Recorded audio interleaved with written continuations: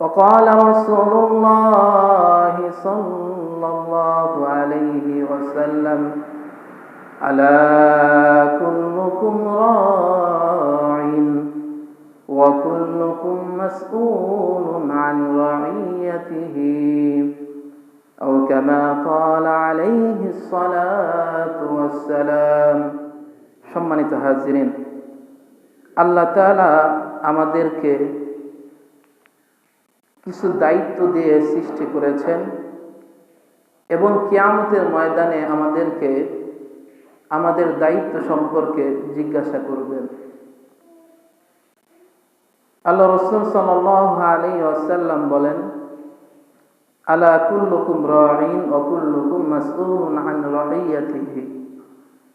ও আমার উম্মতেরা, তোমরা সকলেই মনিব, তোমরা সকলেই কর্তা, তোমরা সকলেই অধিনায়ক।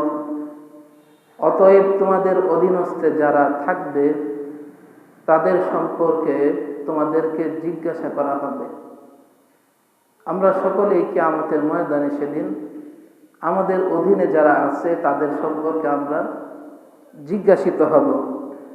এই জন্য আমাদের অধীনে আমাদের স্ত্রী, আমাদের সন্তান, আমাদের নাতি নাতনি, আমাদের অধীনে আমাদের শ্রমিক, আমাদের আরো যারা আছে তাদেরকে আল্লাহর কোরআন অনুযায়ী, আল্লাহ রসুলের তরিকা অনুযায়ী তাদের চালাতে হবে, পরিচালনা করতে হবে, শিক্ষা দিতে হবে, দীক্ষা দিতে হবে।